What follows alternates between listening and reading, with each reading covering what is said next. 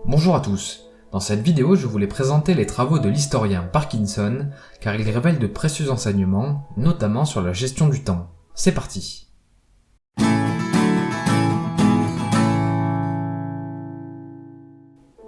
Dans un article original publié dans The Economist en 1955, l'historien et essayiste britannique Cyril Parkinson présente une loi sur la dilatation du temps. Elle stipule, je cite, « Le travail s'étale de façon à occuper le temps disponible pour son achèvement ».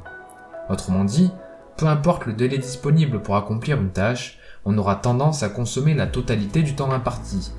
Si je dispose d'une semaine pour faire ma dissertation, je mettrai une semaine à la faire. Si j'ai 2 mois, je mettrai 2 mois. Cette tendance à réaliser un travail dans l'intégralité du temps imparti peut être observée dans différentes situations de la vie quotidienne. Qui n'a jamais attendu la date butoir pour effectuer un tout petit travail? Attendre le dernier moment pour envoyer un mail, faire la vaisselle ou résilier un contrat, alors qu'on disposait de plusieurs jours pour le faire. Et inversement, qui n'a jamais réussi à accomplir des tâches dans des délais très serrés? Terminer une présentation en partant de zéro en seulement quelques heures avant l'échéance, parvenir à caser un rendez-vous dans un emploi du temps déjà overbooké. Bref, pour reprendre les termes de Parkinson, le travail s'étale de façon à occuper le temps disponible pour son achèvement. Dans son livre « Votre temps est infini », Fabien Olicard s'appuie sur cette loi pour dispenser le conseil de gestion du temps suivant. Ne prévoyez pas de délai trop large quand vous souhaitez réaliser quelque chose. Préférez rajouter du temps pour terminer lorsque c'est nécessaire.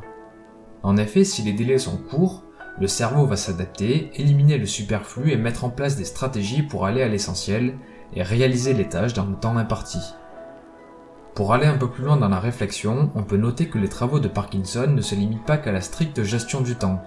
Ils ont permis de mettre en évidence que dans une administration, l'augmentation des effectifs est inéluctable et indépendante de toute variation de la quantité de travail à effectuer. Il étaye ses propos dans un essai paru en 1957. En étudiant les effectifs de l'amirauté britannique, il s'est aperçu que le personnel augmentait, en particulier dans les services administratifs, malgré une baisse de l'activité dans le secteur.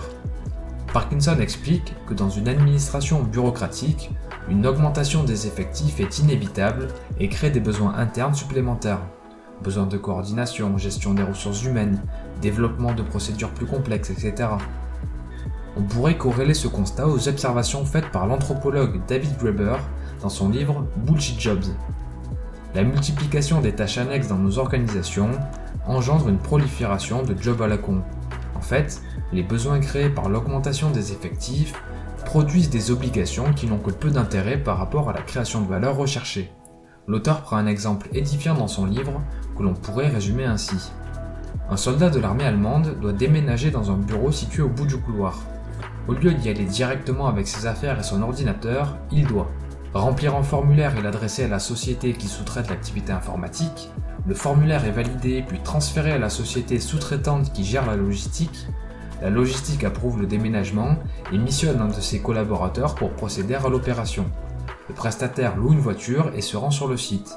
Sur place, il remplit un formulaire d'arrivée puis procède au déménagement. À la fin des opérations, il rend compte de son activité dans un formulaire qu'il fait signer au soldat pour attester du bon déroulement du déménagement. Le prestataire reprend sa voiture et une fois rentré, il transmet les formulaires aux différentes sociétés pour clôturer l'opération.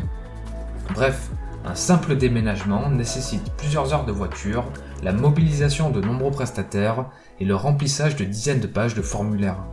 Toutes ces tâches n'ont que peu d'intérêt par rapport à l'objectif initial. Pour résumer et conclure, les travaux de l'historien Parkinson sont riches d'enseignements. Ils mettent en évidence l'inéluctable augmentation des effectifs dans nos bureaucraties. En parallèle, ils ont permis de développer un principe sur la gestion du temps. Le travail s'étale de façon à occuper le temps disponible pour son achèvement. Pour tirer profit de cette loi, l'astuce consiste à se fixer des délais courts pour les tâches que l'on cherche à réaliser. Merci pour votre attention, j'espère que vous aurez apprécié cette vidéo. Si c'est le cas, je vous invite à me le faire savoir en laissant un pouce bleu ou un commentaire. Vous trouverez en description mes sources et les liens affiliés vers les pages Amazon des livres que j'ai évoqués. Pour finir, je vous suggère de vous abonner à la chaîne et d'activer les notifications pour être informé lorsque de nouvelles vidéos paraîtront. C'était Mr. Fanjo, à très vite.